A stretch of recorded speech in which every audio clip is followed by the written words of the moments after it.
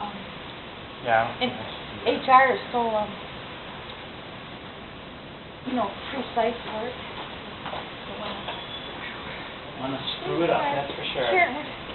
Yeah. Just talking about all the stuff that you do and how you do 18 What? things at one time. What do I do? I don't even know. What's that? Answer a lot of emails and all that. Just sitting there working with Anna, and it's like, I'm sitting here working. How can I get so far behind? I'm working. Looked up on my email.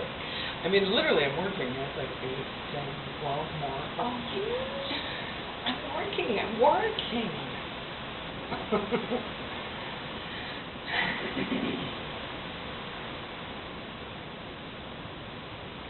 Okie doke. So today we are going to start a new program.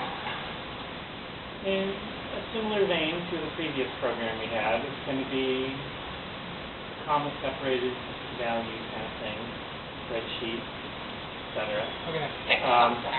But we're going to do something with it that we didn't do before. We're going to be learning a bunch of new stuff in order to do that. So you may remember the program design process starts with breaking the problem down into a few small steps and looking at each of those steps and breaking each of them into smaller steps, and you keep doing that so you think you can figure out how to code each of those small steps that you end up with. 16.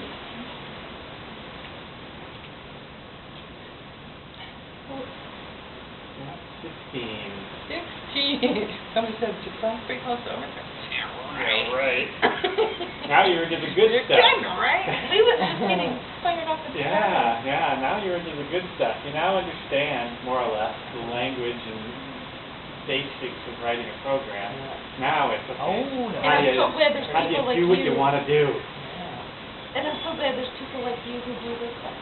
No kidding. I That's what I said. look at these Anything professors I'll just and I'm- appreciate our students rather than whining about them all the time.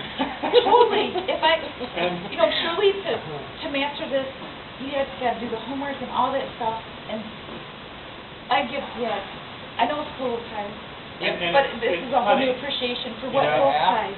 You look at it and you say, yeah, okay, they're good at that, but they're not good at, like, filling out the forms you need them to fill out. Yeah. Or, I just asked. or even interacting with you in No, any way, there- right? No, So- It's amazing. But, it's one of those things. No, it helps me Everything's a feel better trade-off, about right? what my value in their life is. Yeah, definitely. Yeah, so Yeah. that's so funny because Yeah. you know, like, Good at okay, this, I really nothing am else. needed for this simple little stuff. Yeah.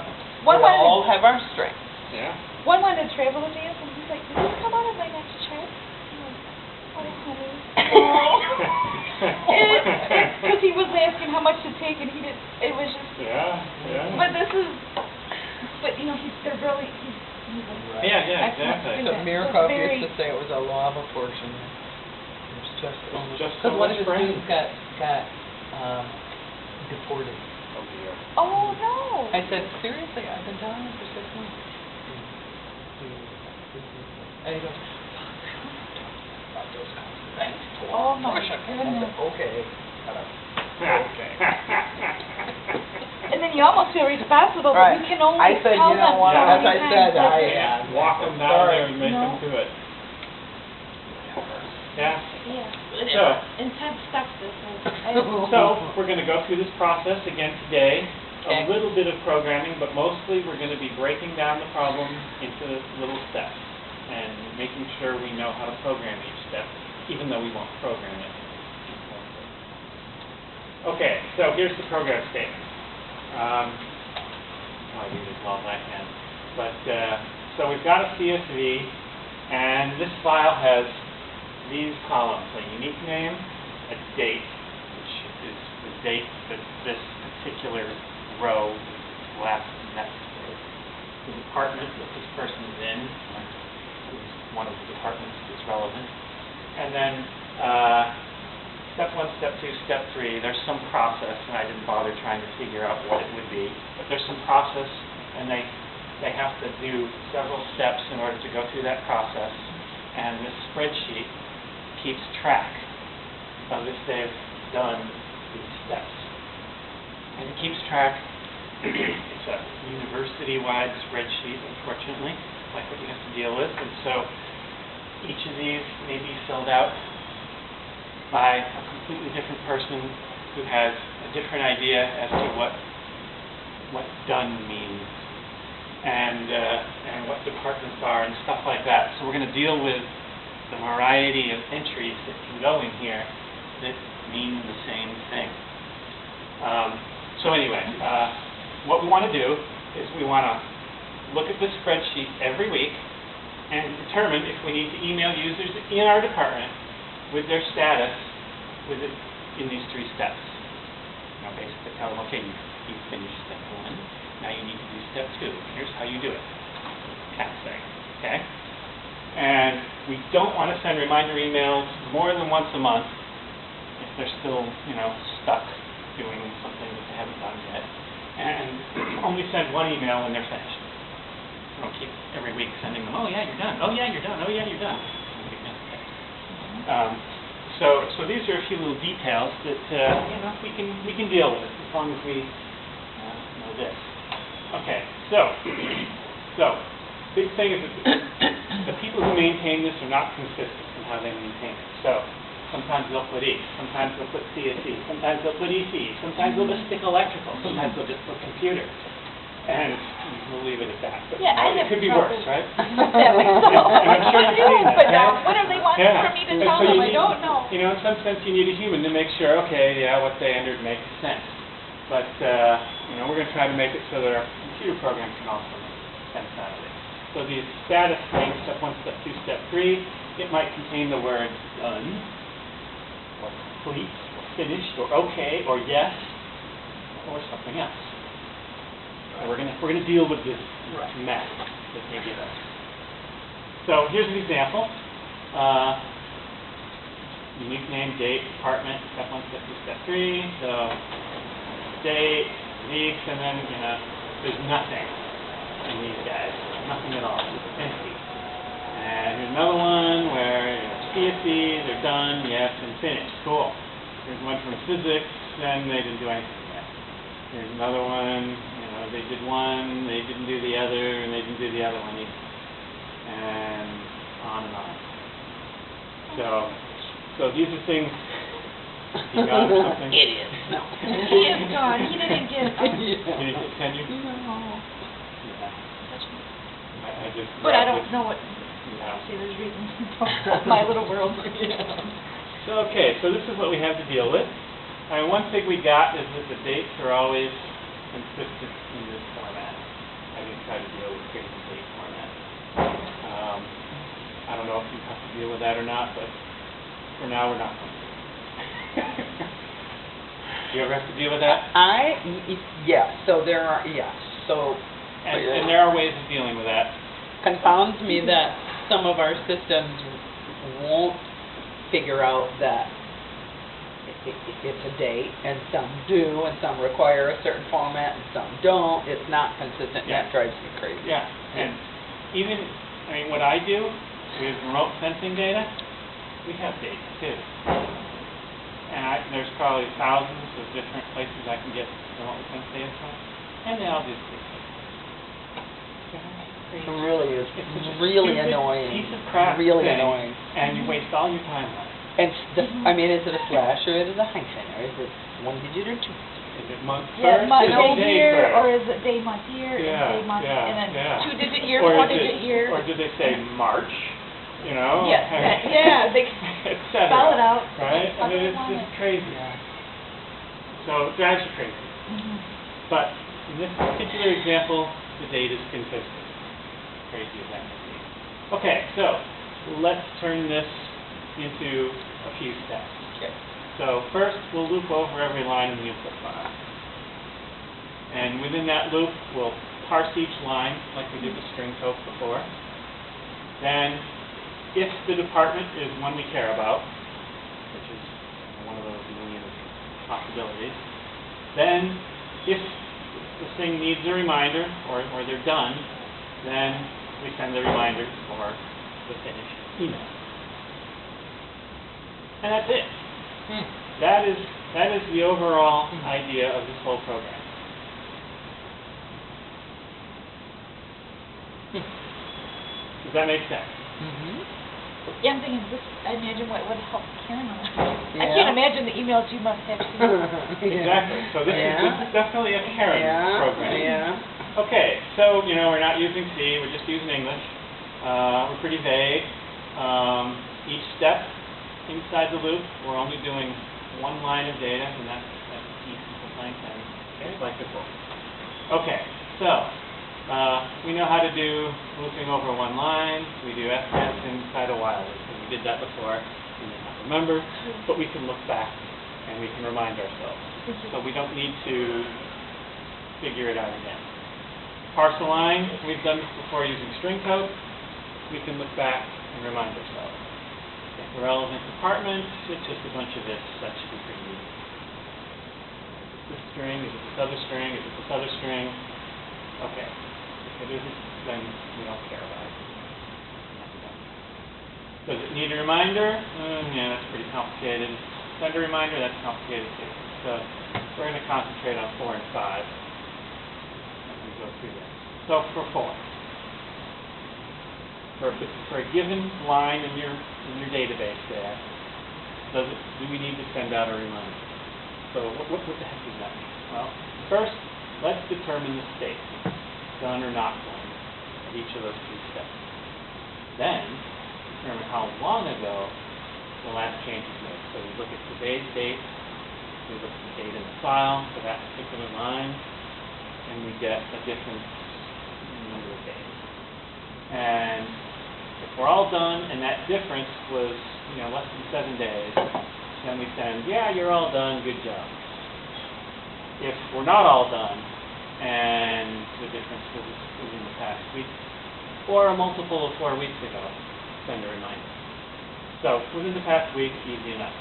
Why a multiple of 4 weeks ago? So that was the month. So that's the way of not telling him every week. Because it drives people crazy, right? And we're always thinking They've already learned to ignore it. exactly. No, it's amazing. The more Exactly. emails you send, they can ignore it Oh more. yeah. Oh I yeah. understand that. I'm Right. not going to go away. Right. Really am not. How about your Yeah. paycheck as the subject? Yeah. Yeah. Problem with you That's a getting big- paid. No pay this month. No pay until answer questions. So yeah, that would be most powerful. Yeah. Terminating your employment. Yeah, I'm the almighty powerful. See, I have the powers over here. It's in your best interest. Deportation imminent. Listen to this. Okay. So, for step 5, sending a reminder email. First, we need to determine which email message to send. So we have basically canned email messages. One for if they haven't started the process yet, one for if they're done with step 1, one for if they're done with step 2, and one for if they're done with step 3. So we have 4 possible messages. Which one do we want to send? So, again, that depends on what's done or not done for each of those steps. Then, we do the same thing with subject. So each of the emails needs a subject. So we'll have 4 different subjects, all already written, canned, ready to go. Because of the step completion? Right. Okay. Right. So Okay. for each of those messages, there's a different subject, and those are just different Okay. strings. All right. It's not very easy. Then we need to construct the email address from their unique name, which is pretty easy to do, and then we can send them. Okay. All that is still just English. So how do we actually do this? So for step 4.1, you want to determine the state, the done or not done, of each of those 3 steps. So basically, it's a bunch of this looking for one of those 6 possible strings that we mentioned before. And if we find any of those for step 1, or step 2, or step 3, then let's say we have a function. It will return 1 for true if it finds any of those, and it will return 0 if it doesn't find any of those. And then we can have a variable from there that we set. What are the 6 strings, Leland? I'm sorry. Okay, back here. We have done, complete, finished, okay, yes. Gotcha. Okay. So So if one of those, Gotcha. then it's Okay. Okay, so that's probably pretty easy. I think we can do that with all the C we know how to do. So that one's fine. Even though we haven't written it yet. We don't have to go into detail. Okay, 4.2. Determine how long ago the last change was made. So this is new territory for us. There's a whole bunch of stuff in C to deal with dates and times, and we're going to go into that. So we're going to make this work. So step 1, we want to get today's date, and we want to subtract today's date from the date that's in the file, and then we want to convert that date difference to days, and then we can return that to whatever comes up. And given that difference in days, we can make this work. So we don't know how to do any of that. So we'll have to go into more detail. But okay, so once we're all done, and it's within the past week, we've done it all done. So if we're all done, then all 3 of the steps must be done. So that's a simple 3 yes. Step 1 done, step 2 done, step 3 done. That all is true. Then, is it within the past week? So we ask, is the number of days less than 7? If it is, we go to step 5 and put a message. So, pretty simple. I think we can do that without going into more detail.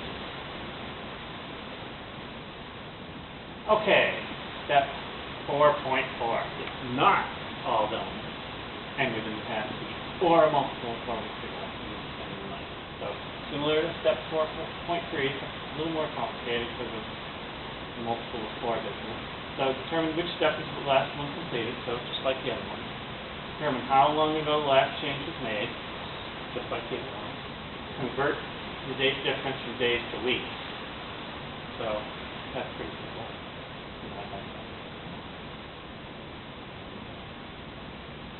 And if the date difference is less than 1 week, or a multiple of 4 weeks, then we send a reminder. And we'll go into how you do this. This is actually the multiple detail. Sounds like we can do that. It is, it's math, it's definitely math, but it's simple math. Yes, all right. Okay, so let's go to step 5.1. Determine which email message to send. Again, this is very similar to what we did before. We need to determine what the latest step completed is. We do this multiple times. We have one function somewhere that does this for us. What's the last step they finished? None completed. Then we use the first method. We'll call it message 0. And if step 1 is completed, send message 1. Step 2 is completed, send message 2, blah, blah, blah. So these guys are strings that we've defined. Way in front somewhere, we just typed in what that message would be and what that subject would be. And there we go. We do the same thing with subject. So we still type in the emails, but we just type them in once into the code, and it's finished. Okay, so constructing the email address, we basically want to add this to the end of the unique name string that we read in. You can see that's actually a fairly simple thing. Okay, sending the email. Sending the email involves knowing how to send email in Unix. And there's, of course, about 1,000 different ways of doing it. The way we're going to do it is the simple way. The way we can easily automate. So in Unix, there's actually a command line program called mail. Just like GCC or LS, right? It's called mail. And instead of like -O, there's a -S, and then you give it a string that is the subject. And then the next thing you give it who you want to send it to, their address. And then you use this redirecting, which we've used before, so that it gets the message from a file. And that's it. You do this from the command line, and it will send an email to that person. And there's actually something you might check that. So this is basically just a simple command line program, just like GCC, just like LS. And each of these we have to figure out how to do. The subject, the message, to address, so that's why we did all that previously. So we know we need those to make this email work. It's almost like it's Pretty much. this, then that. Yeah. Okay, so the thing is, if this is a command line program and we're writing a C program, so you can't just type this into your C program. That doesn't really work. That's not C. That's Unix. Okay? And you know the difference, right? You can't type ls inside a C program and expect it to do anything. That will give you an error. You can't type GCC inside your C program and expect it to do anything. So these are things that you would type in the command line, not in your C program. So how do you get that to run from a C program? Well, C has a program called system. This is a function, just like any other function, like printf, all that. And you give it a string, which is the command you want to run. And you call this function, and it's as if you typed it into the command line. What? It's amazing how you can remember. The thing with programming, there's so many of those. Oh, yeah. That's what There's a to billion of me these. is overwhelming. So- It's like, Oh, it is. you So don't is it understand how to just do Which it. is why we're simply- doing it Is slowly. it simply int system that said this is now a This is- Unix command? This is a prototype of a function, just like you're used to in all the functions you've written. You give it a return type, you give it a name, and you give it a bunch of parameters. Right? Any function in C is like that. And this is just another function in C. So when you want to run the system command, you just type in system, and you give it a string, and you do semicolon. You don't bother with the name. And you can either pay attention to the return or not. In this case, we're going to not pay attention to it because it doesn't really matter. But generally speaking, it's going to return a 0 or a 1 saying, yeah, I succeeded in running the command you told me to run, or no, I screwed up, I didn't run, which you usually need to care about. But we're not going to care about it because there's nothing we can do with it. So we're not going to do anything. But this is basically just running like one of your functions, right? Like getting the tax rate. Except it's taking a string command and it's running it from some shell or some command line that it creates. So you can think of it as what this thing is doing is it's creating that command line GUI, it's typing in that command, hitting return, and making it do what you would do, but just by calling the function instead of doing it. Does that make sense? Kind of. And in some sense, this is what your command line is actually doing when you type stuff in. It's calling the command when you type correctly. There's that command line inside. When you type ls, it's actually running system ls from the C program. And it's getting the output and then it's spewing it back on your screen. So this is Unix right there. That command. And that's the hard thing separating, marrying Unix and C, and then everything in between. Well, that's why you say do it step by step, so you know where your error might be. Because one little thing One could, little thing. Yeah. and it Little could be thing. so much. Definitely. And that's if you're doing it. Yeah. Like, what if I did int? Not, Yeah. you know to do int system. Yeah. So, okay. So now we know how to send an email in Unix. So let's come up with the steps we need to actually do that. So first we need to write the message to a file, named message.conf. Then we need to create the command string to run the mail command. This way. And I have to use string instead of simple. Then we need to run the command using the system command. And then we need to delete the message.txt file that we created up here. So we don't need to delete that later on in the file.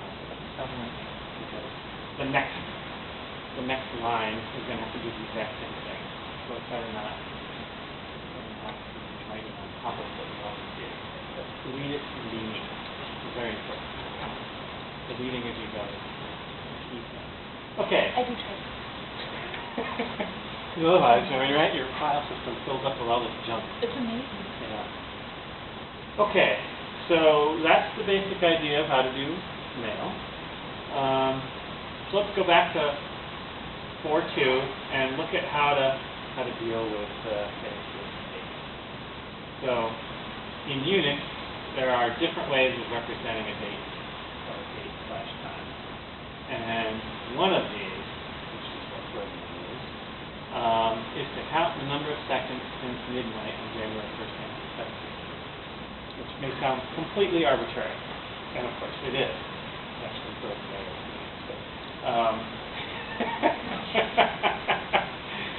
but the idea is that most stuff that you're dealing with now, this is a reasonable thing to get done.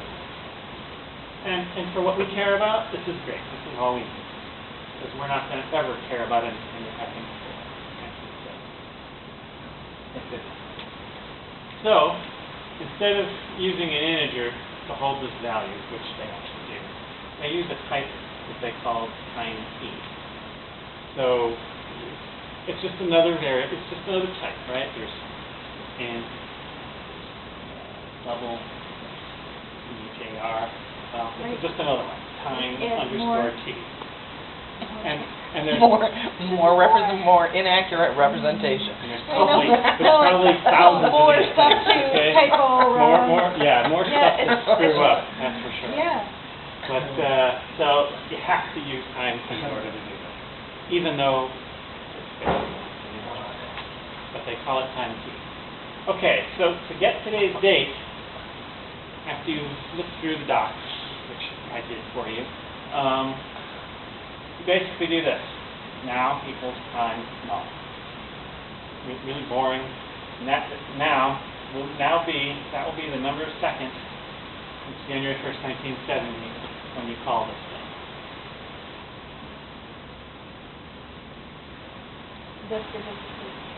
So, well, this gives you the number of seconds since 1970, since January 1st, 1970, when you actually call it. So, when you run your program, that will give you what now is.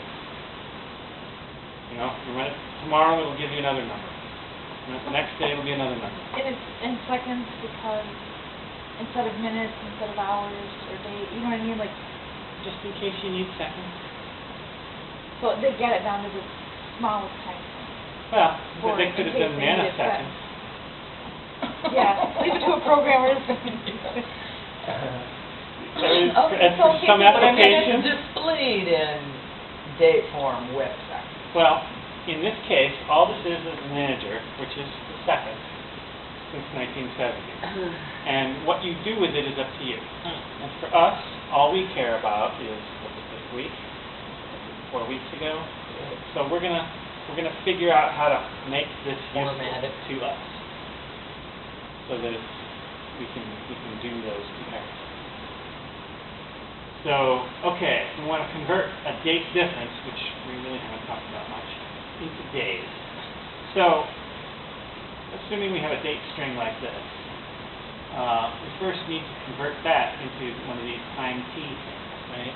Just like we had back here, so that we can subtract now and then whatever that date was. So, assuming we can do that, then we just subtract them because they're both just number of seconds since 1970. Now, we'll have number of seconds since that date in the file, and now. So we'll know, okay, whether that's within the last week or not by how many seconds it is. Well, it would be nice to have that in days instead of in seconds, right? So, the easiest, you're probably not used to this. This is something that every engineer has to do really well. Conversion of units. So if you're starting with some number of seconds, you want to multiply that by 1, so you don't actually change its value. You want to multiply by 1 so that you can convert it to another.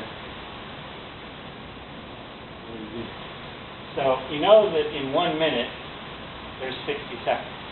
So if you take a fraction, 1 minute divided by 60 seconds, that's equal to 1. Right? They're the same thing.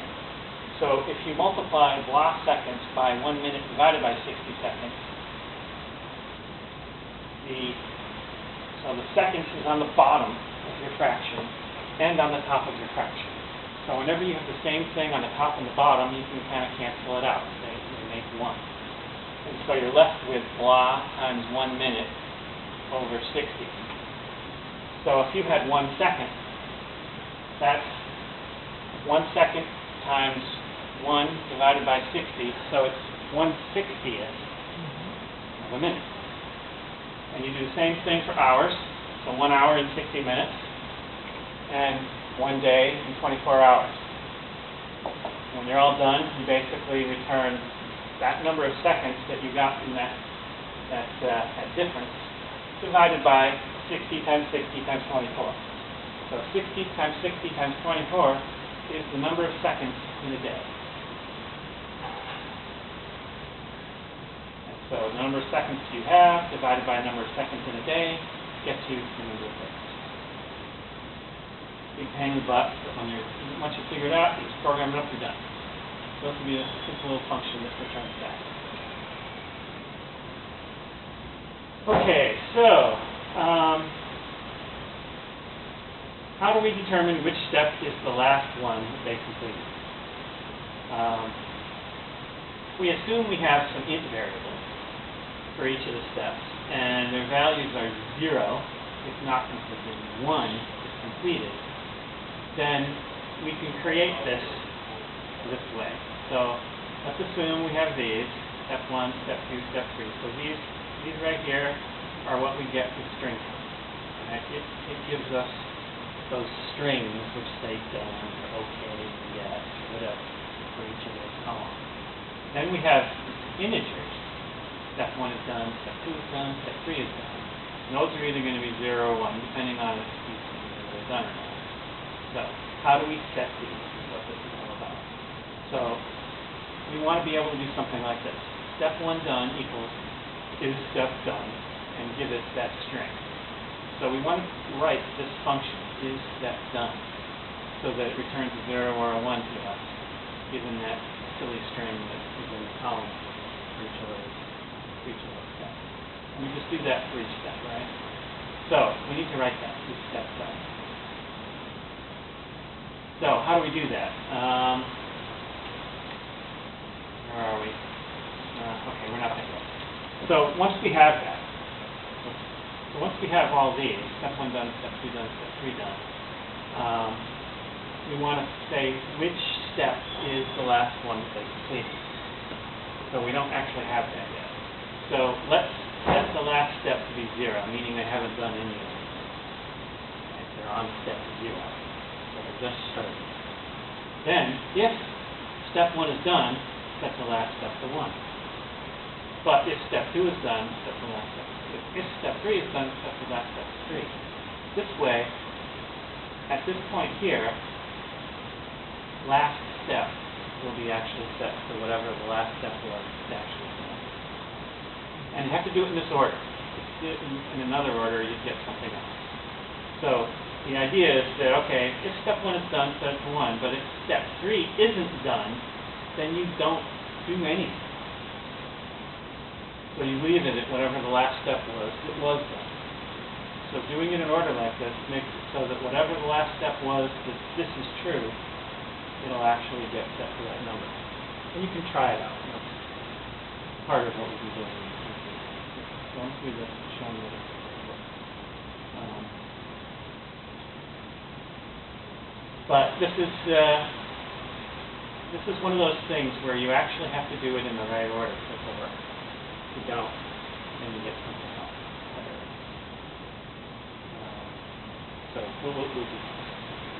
But now we have one variable which says what the last step was. 0, 1, 2. So, okay, what else we got to do? We got to convert the date difference from days to weeks. So remember we had days, so converting days to weeks is real easy, just divide by 7, right? So 7 days in a week. 3 days ago, it's 3/7 of a week.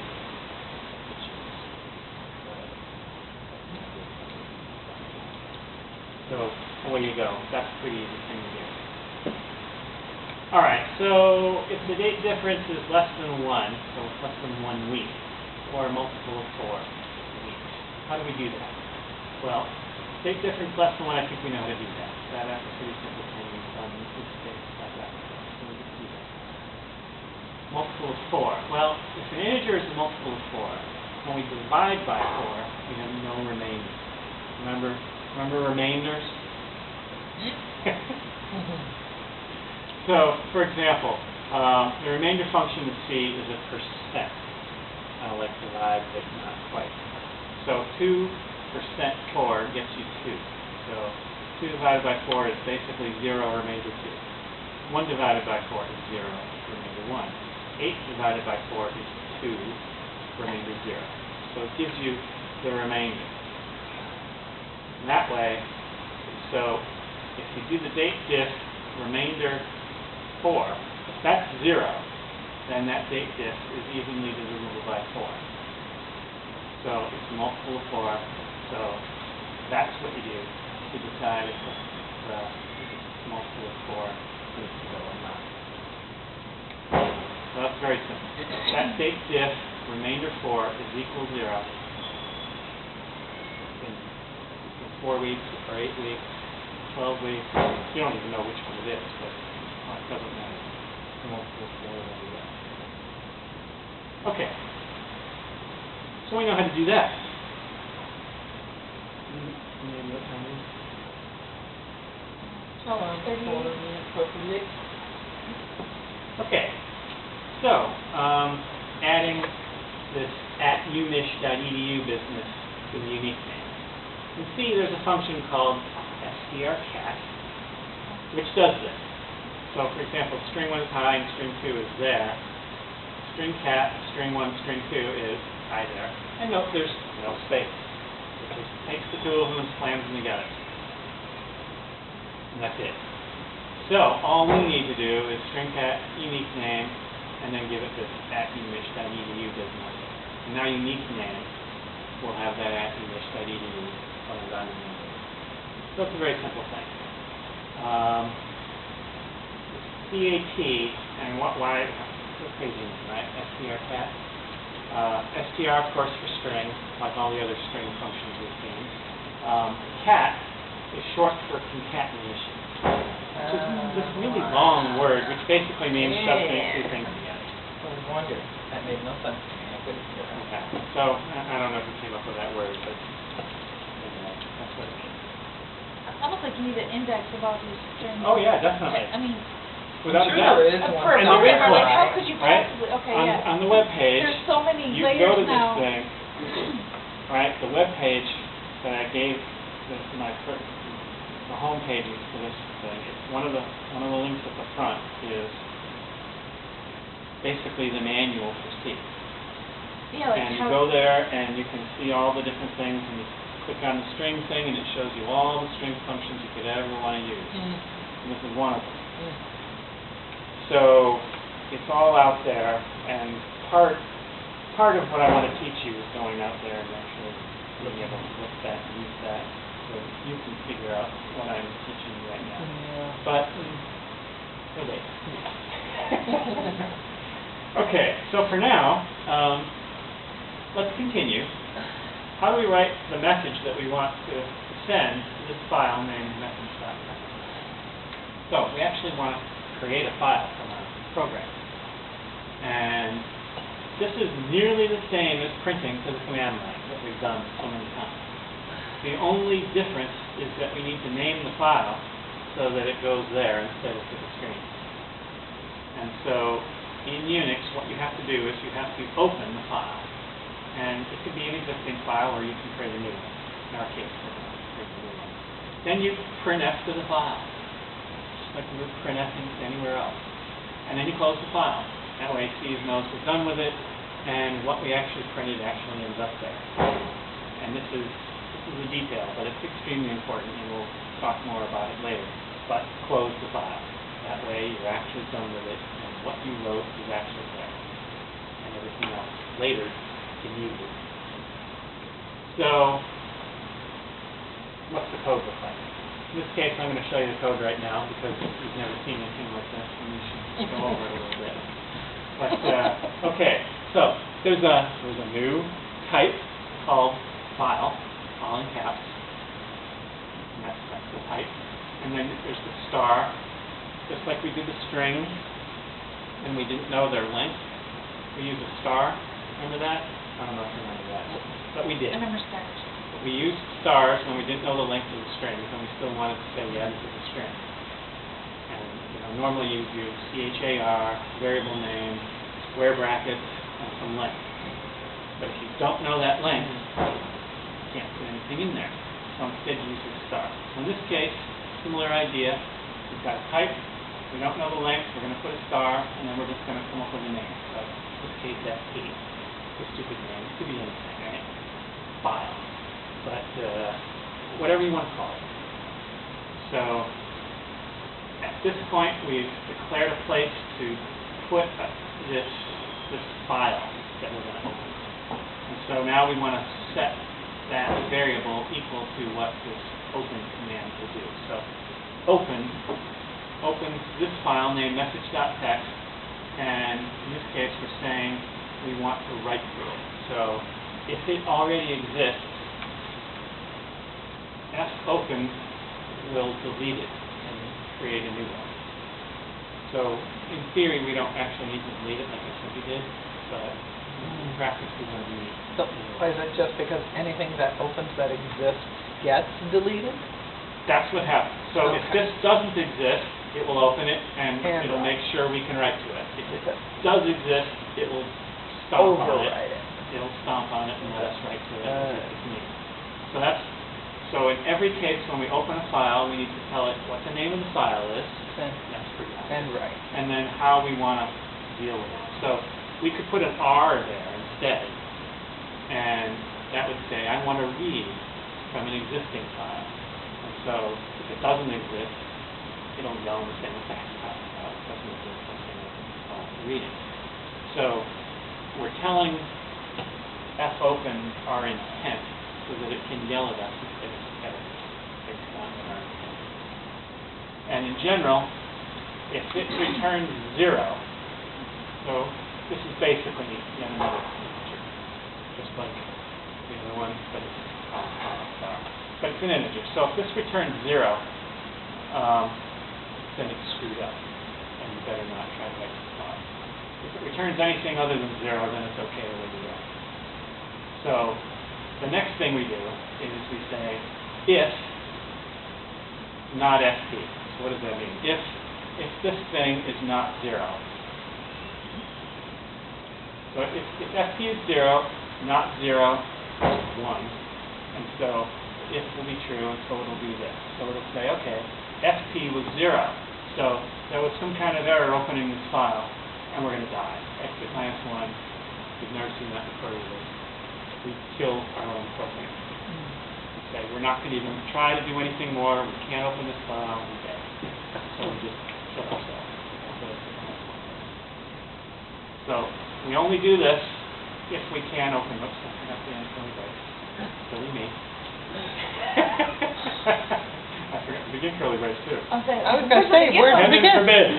Heaven forbid. See, even too many details. Yeah. I defend the fact that. Okay, so we only do this if fp is a 0. Otherwise, fp is non-zero, so the file is open, we can do stuff to it, so we say, okay, let's print something to the file. So the only difference between printf that you're used to and this is that there's an f in front of it, which means file printf. And then the first thing that comes in here is that file variable. And then all the rest is the same. You've got a format string, and you've got some variables. So it's practically the same as printf. It's got an f there, and fp there. So it knows which file to put this in. Then when we're done with it, we just close it. And I'll make sure anybody else who wants to read from that file actually will be able to read it. If you don't do this, all bets are off. So, yeah, okay, so hopefully that makes sense. Writing to files and reading from files is a big deal. We'll do it a lot more. We already did FGET, read from a file. So F for an F to write to it is another important detail. Yep. So, and this will make more sense, I'm assuming, once we start doing it. But, so, we're saying this is, something I'm writing to prepare messages, but if we're creating a message while I'm working in C. Right, so this thing is set somewhere that isn't here. Right. This was okay. But, I'd be creating my message in some Word document, but telling C to go get that message? No. No, okay. Because we're not. Right. Word is a pain in the butt. Okay. We're not going to use that. Okay. This message is we've created a it. string variable in C. Okay. That's all it is. Okay. And we're just going to type plain text to make that message. Okay. But it will look at it. Fancier than that. But it will look at a CSV, not Excel. Since I'm going to have to use two documents at some point, if that's the way it If you comes want to this message to be fancier than plain text, not the we can deal with that. But no, since we're looking at this two program different does not do documents. that. We're looking at two different documents to do this whole big programming thing. We're looking at currently an Excel spreadsheet that I use, and then generating an email. Right? Right. So is the program that's being built to look at these documents and going to look at a CSV file or an Excel file? It's just looking at the CSV. Okay. Perfect. Right. Okay. Okay. It's just reading okay. that input CSV. Okay. And this, the CSV is generated from the Excel. Correct. Okay. Okay. And so this is just plain old Gotcha. boring plain I text. figured that just by the extension of it. Yeah. Okay. Yeah. Good. And that's what I tend to do in all my stuff. And on that plain old boring text, so is there some formatting though? Because is that what they do now with all the automated messages that come to us from over in Access? Or through I have the no system idea. because of that? I have no idea what they do. Just curious, because we get so many of those automated messages, they must, and they're all formatted in some way, they must. Well, here's the thing. If you certainly can send an HTML message instead of plain text, but HTML, of course, is just plain text. But Just curious. for this, Okay. it's just going to be plain old That's text. fine then. Like, If I can get hello, that. you're Right. at step 2. Right. To get to step 3, you have to do this. Right. Thank you, Karen. Right. And that's it. Right. Just plain text. Right. Perhaps a link to something, whatever. Right.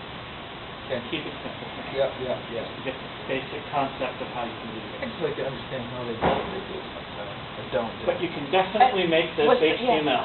What's the reasoning? Is it And human? once this is HTML, you can do all kinds of stuff. Okay. Good. Okay. Yeah. I can't That's imagine a whole- I'll ever that's get that another far. It's another language. Just another HTML is a whole other language. That's where my mind goes. Is how are you thinking? That's all. Yeah. Yeah, and that's a lot of what our jobs are, is figuring out what the other people are thinking so that we can interact with them correctly. It's a big deal. And it's something that kids don't ever learn. It's really funny. But anyway, yeah. So understanding how they're thinking so that you can interact with them is a big deal. All right, so for now, I think I covered all this. I'm not going to do it again. Okay, so creating the command string to run the mail command. So remember, it's this mail minus s, some subject, then some email address, and then this message.text getting redirected to it. So we want to create that string. So we can first declare the string. Let's call it command string and make it long enough, say 1,000 characters. Then instead of using printf, we can use something called sprintf. So instead of printing to a file or printing to a command line, we can print to a string. So here we give it a string variable name that we want it to go into. Then we give it the format, just like we do for all printfs. And then we give it the variable name, just like we do with all printfs. So now, command string is going to get the result of this printf thing. And so it's going to give it something that looks like mail, then a -f, then a string, which in this case is subject1, and then another string, which in this case is the unique name, but we've already added @unish to it, and then it's going to have this message string. So that will be what we actually want to run from Unix. And build in these things as needed. So it's just like any other printf, except it's got this f, and it's got this variable. It's pretty much just like what you used to. Okay, how to delete the message.txt file when we're done with it? Well, in C you constantly want to do this, so there's a function called unlink, and you need to give the file name. And you're done. That's delete the file. Why it's called unlink and not delete? That's an advanced topic. But there is a good reason. Trust me. I'm sure there is. Sure. I know, it's crazy. It's crazy. But okay.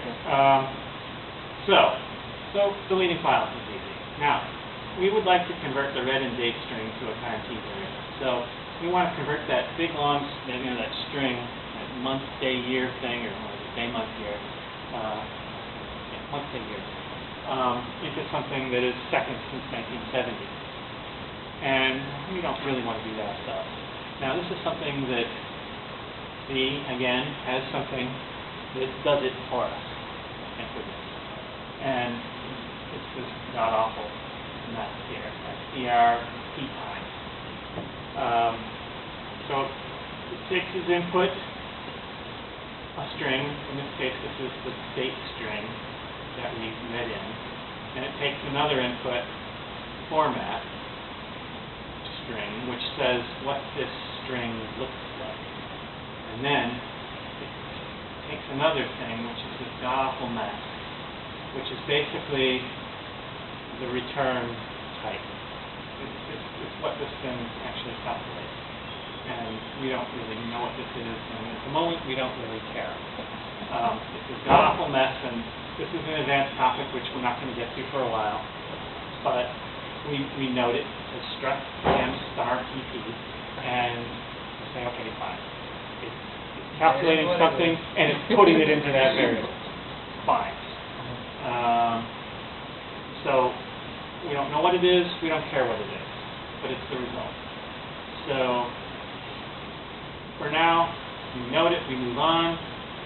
So the docs explain how to specify the format string, so that the function successfully converts it to a standard representation. The idea is that if we got dates like this, we use the format %month, %day, %Y for year. And that tells it that this is going to be 1 or 2 digits for a month, 1 or 2 digits for a day, and 4 digits for a year. That's what this tells us, and there's a slashes in between. So that way it knows, okay, this is what it's supposed to look like, so I'll use this to figure out what it really means. And it does all the work.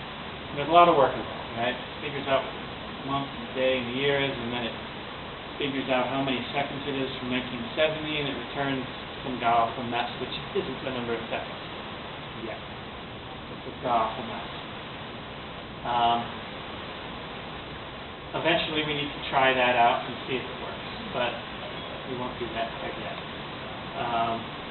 So let's assume that it works, and it's giving us this struct TM thing.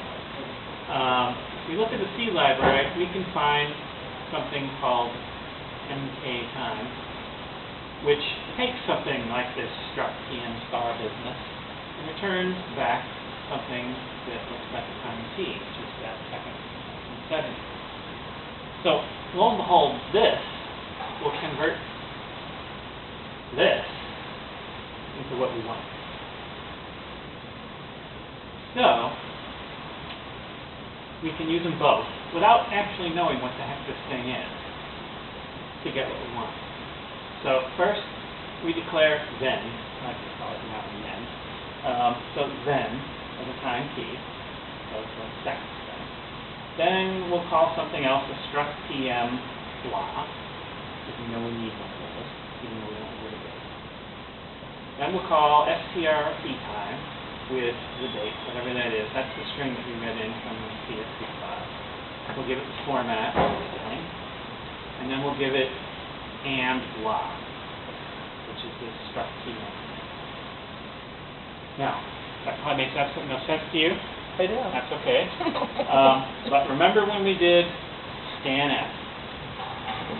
We were scanning a variable value from command line, and we needed to put it into a variable. We used this and crap in front of that variable in order to make sure that it stuck it into that variable and returned it to us. And in this case, we need to do the same thing to make that happen. And you don't know enough to know that, but for now you'll just have to trust me that that's exactly what this thing means here. When you call something and it needs a star there, you better put an and there to make it work. Unless it's a character string, just look at that. But it's terrible, I know. So anyway, we do this, and then we run this make time thing with that blah thing that this thing just created, and then we get then as our second sequence.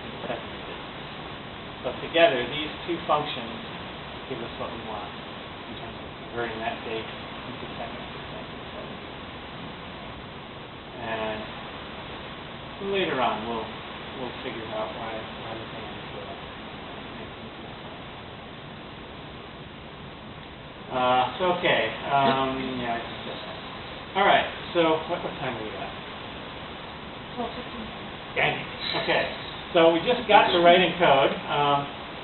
So the first code we were going to write was exactly that function right there. So get time.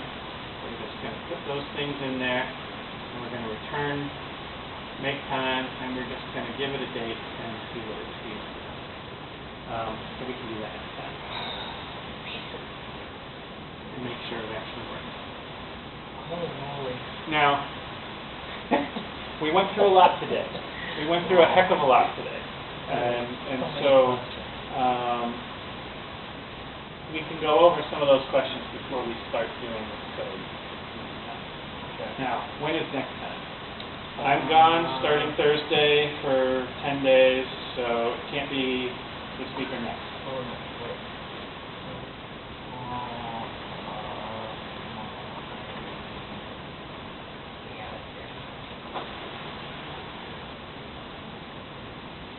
My calendar. You're gone, so we could actually. So 21st is fine, but Wait a minute. Who says we can't do it this week? this week, the only other day I have is tomorrow, and I'm kind of busy tomorrow. Alright. 'Cause I'm And what about next leaving. week? And next week I'm in Quebec. And the week after that? So 21st is fine. Fine. 21st and on is fine. I have fine. It's on my calendar. So how about 21st? The Everybody? 21st. Oh, wait! Sorry, I'm on vacation that week. Whoops. Sorry. Okay, Sorry. 28th? 28th The is next on Monday? my calendar. On my calendar. on my Okay. calendar. So 28th at noon. Yeah. 28th at noon. Yeah. Okie dokie. Okay. Cool. And if you can, take a look at today's lecture and write down all your questions, or at least star the pages, or something, so we can target your questions at the beginning of next time. Because I know, we went over a heck of a lot. Okay. Dates, writing to files, writing to strings. There's just so System many, commands. like, how to do what, and when Yeah. to do what for this thing. That's, Yeah. that's That's a lot. All right. And, You know and how of the course, programmers- looking stuff up. I can even spend some time going to the website and showing you how to look up stuff, because that's all I had to do. I mean, I couldn't remember how to do dates. And I've been Okay, so doing you this don't for remember how to 35 do all years. this stuff? I don't Right remember now. how to do dates. It took me about 2 hours to get the dates to work when I first did it, because I didn't know what the heck I was doing. Well, that So, makes me feel bad. so, yeah, How I can you mean, remember all it's this? one of those things. You You can't don't remember all utilize this. it all. You can't. I've been doing this 35 years, you can't remember all Oh. this. You have to go, have to look at the website, remind yourself how Well, to use and the so part of library. the problem is because I haven't looked to see how the documentation is set up, but in general, even documentation for any other kind of program that you're using, it's not set up logically. You know, I mean, Like, if you want this, then that, if you want this and that, then you gotta figure out where to put printfs and fprintfs and fgets. How do you You know what I utilize that to get what you really when want? you get a Well, software that's what- update, you know, it's like when they used to do manuals, when they used to print manuals, Ah, and they got yeah, a the old software days. update. Can you just give me a little printed manual that's what's changed? I don't need the whole manual again. Just tell me what's changed. They don't Some people do that, some people use don't. their documents well, you know, Yeah. whether they're now And let's printed or face it, not. This Well, they is, don't think that this is a, might be an needed. expense that they are avoiding, because they could do it, they could do it, they Thank know you. they could do it, but it Thank comes down to money. Money drives everything. doesn't it? Yeah, money, Thank money, you, money. Lynn. Have a safe trip. You to bet, Quebec. yeah, thanks. Yep. See ya.